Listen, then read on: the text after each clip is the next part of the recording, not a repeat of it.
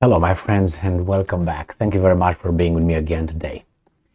For me, it's funny when you have Western media or politicians in the West being uncertain if Romania would agree with something that NATO wants or the United States.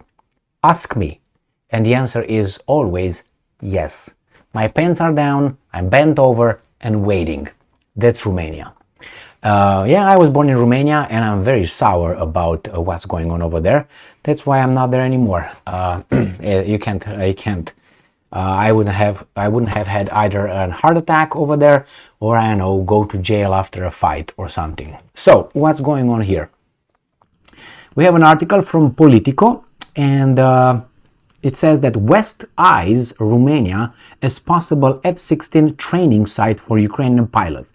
Don't eye it.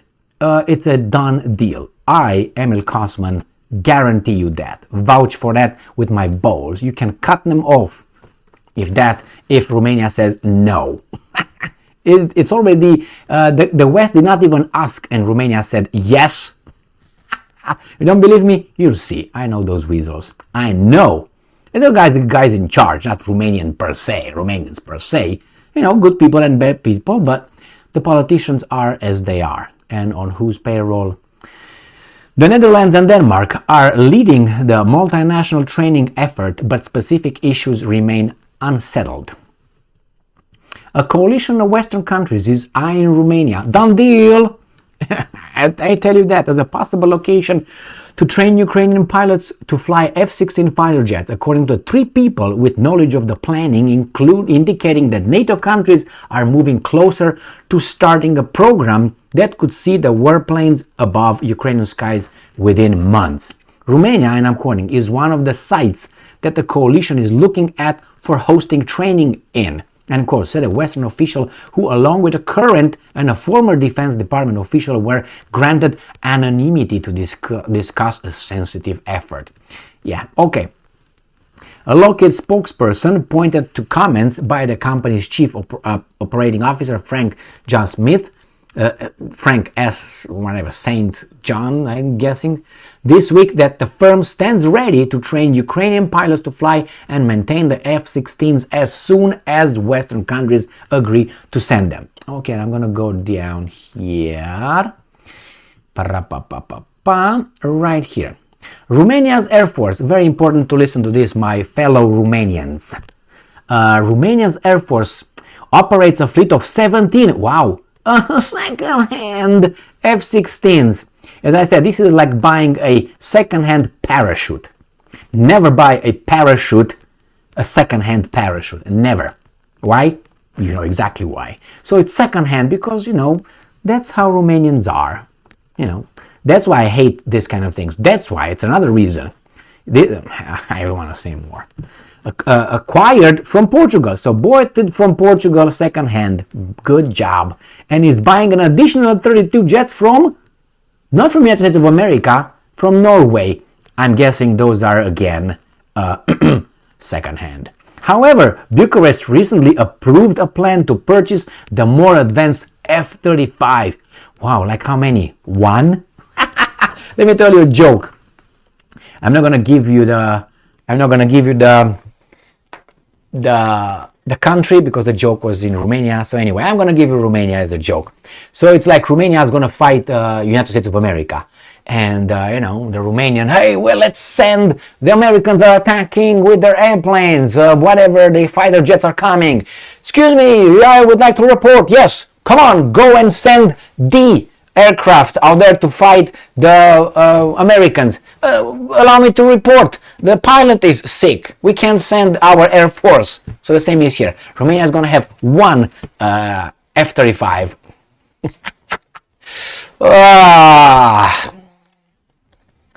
All right, let's go further here. The country plays a critical role in NATO's air policing mission, an international task force dedicated to continuously patrolling European skies in order to quickly react to airspace violations. That means engage the Russians. You are being used, my friends. NATO countries regularly scramble to intercept Russian aircraft flying in the area until one day. And then what? Romania is going to be at war with Russia, and Russia will not have any patience with Romania. That's my prediction, and I said it many times. If it wouldn't have been Ukraine, and if Ukraine runs out of Ukrainians to fight the Russians, those guys will get someone else, other people's boys and husbands and fathers to fight for them. And they could be Romania, they could be Georgians, they could be, I don't know, Kazakhstan, Azerbaijan, these guys from these countries. They will be the ones employed. And I have a little feeling, a gut feeling, that Romania could be, engaged in a hot war with the Russians over the Black Sea. Let me show you a little map. I'm back. Here is the map right here. So this is Romania right here. See, Romania, Moldova, without its part of Moldova from here, now that was given to Ukraine, and that part of Romania that was given to Ukraine, we want that back.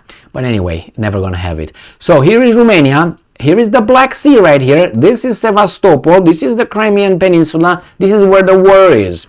And remember, when that little drone was up, happened right here, where my little beautiful hand is. Okay, so these guys are very close. The NATO has right here, it's called Kogalnicianu, I think, the base, military air base right here, where my little beautiful hand is. That's where they have it, NATO. So I'm assuming they're going to be around here until they get close to these guys, and something will happen. So anyway, see, just a little bit, just right here, from here, it's nothing. Maybe you think I am exaggerating, but we'll see. Ask whether negotiations are ongoing for Ukrainian pilots to be trained in Romania. The country's defense ministry neither confirmed nor denied that the country is under consideration. Typical. Nor, neither nor, either or. We have neither nor here.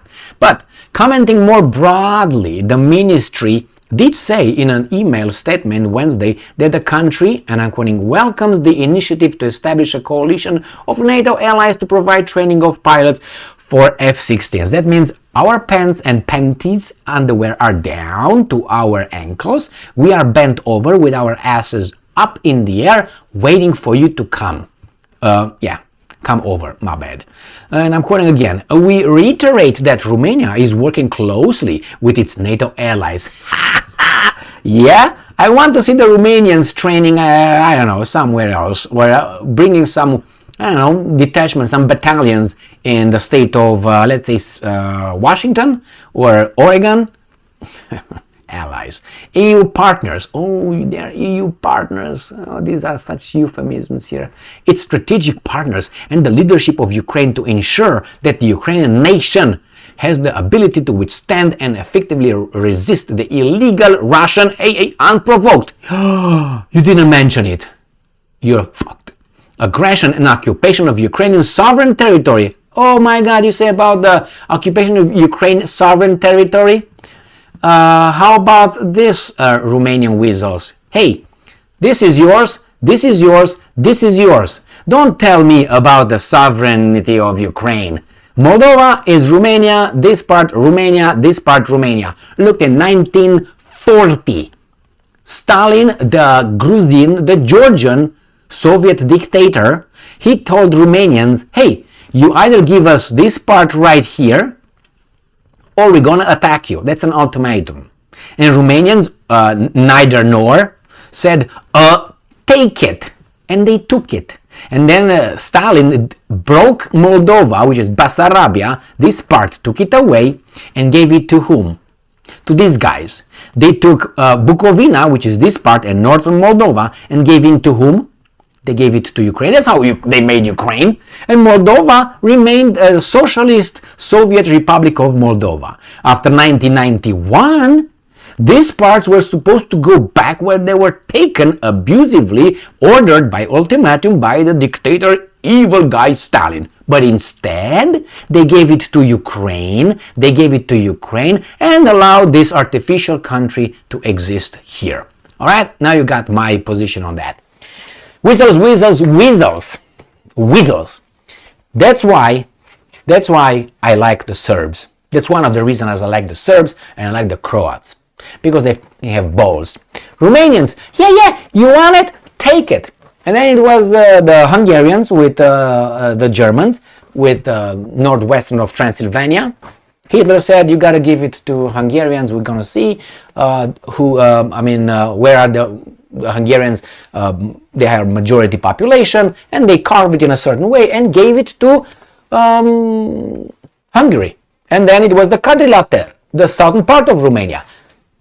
Bulgaria was an ally of Germany. So Bulgaria told Germany, we want the quadrilateral, the southern part of, let me show you where it's at, of this part right here, but you don't see it. It's right in the part. You see this Constanța down there, Călăraș, this part right here, below here, south of this, which belonged to Bulgaria, belonged to Romania. Anyway, so the Bulgarians said to the Germans, to the Nazis, hey, we want that.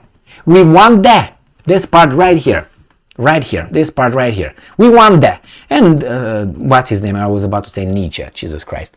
Adolf Hitler said to the Romanians, hey, you gotta give it to them.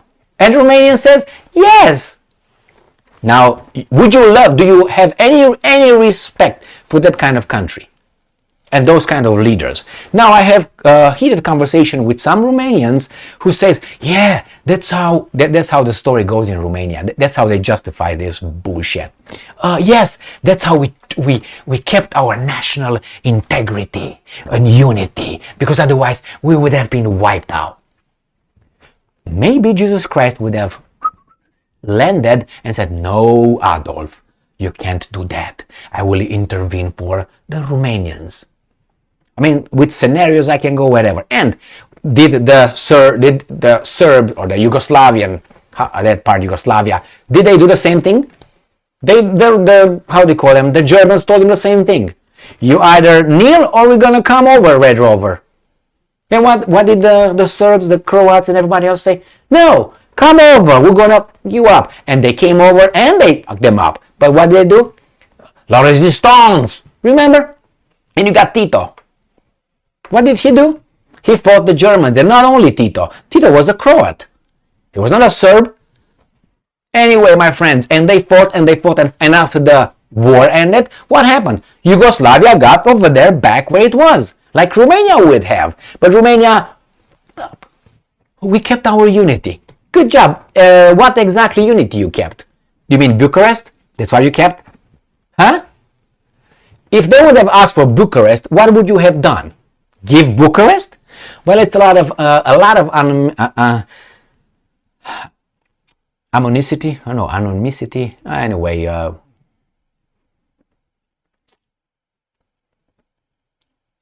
how should I put it? We are upset with one another, some of us over there. And that is the fact that we think that certain people in certain areas take advantage of the whole situation and they just sacrifice provinces for their own benefit. So we don't like that, some of us. And I understand it's a situation as it is. I can say a lot about it, but this is not the place. The fact is here that NATO will train their pilots, the Ukrainian pilots, on the territory of Romania, and that would make the Russians pay more attention on Romania. And Romania will be one of the Russian direct targets, primary targets.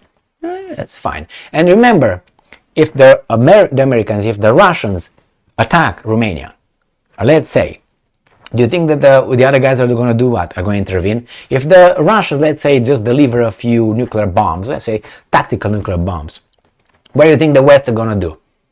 You're going to wait to see how all that is flattened, and then they're going to negotiate with the Russians, and you're done. Are you going to say, wait, we're like Serbs? Is that what you're going to say? We fought the Russians? Is that what you're going to say? Anyway, my friends, that's a lot of stupidity and it's a lot of weaselness, and I don't like that a bit. Obviously, this is my perception of what's going on over there. Things are more complex and I just, expose them here, pop. But you need hours and hours and hours to bring all the evidence, everything you know about a subject, because from one subject you're going to go to another subject, another one. You can't just say, hey, pop, and everybody says, oh my God, this is so simplistic. Because I don't have here 23 hours to speak with you and bring arguments and counter-arguments. of how much I know or how many things occur over there in front of us and behind the scenes that maybe we are aware or maybe we're not aware. So, if you want to, just think about it. Just think about it. You want to fight Russia? Okay, all right. Well, maybe you want to fight. It'd be like Serbia. I strongly doubt it. The difference is the situation is different right now. Obviously, those guys have nuclear weapons. They will have no patience with Poland, with Romania, and with the Baltic states. I guarantee you 99% that if Poland makes a wrong move or a wrong turn, or the Baltic states a wrong turn, they will be bombed with some other things that Ukraine is bombed right now, unfortunately. They will not have patience for them. They will not say, oh yeah, let's fight a conventional war. No, they will obliterate them. The same with the Great Britain. I think they're just holding their, but the other guys have nuclear weapons, so hey, you can't really do it. But with the other ones, definitely they can do it. But on the other hand, you're going to be like United States. Always stigmatized that you use nuclear weapons, atomic bombs on civilians. And somehow they are the world moralizers. It's unbelievable. Up is down and down is up. War is peace and peace is war. The Ministry of Propaganda and of love and happiness. Thank you very much for being with me again today. Stay strong, stay smart, look for the truth, and be just.